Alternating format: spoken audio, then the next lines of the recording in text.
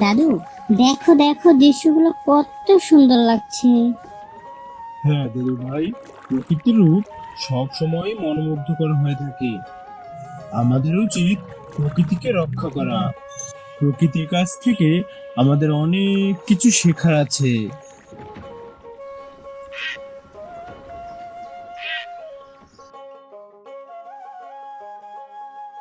দেখেছো দাদু ভাই, সন্ধ্যা হওয়া মাত্রই পাখিগুলো বাসায় ফিরে এসেছে। আবার সকাল সকাল খাবার সন্ধানে বেরিয়ে পড়বে। হ্যাঁ দাদু ভাই, দেখেছি ওরা সন্ধ্যা হওয়া মাত্রই দ্রুত বাসায় ফিরে আসে।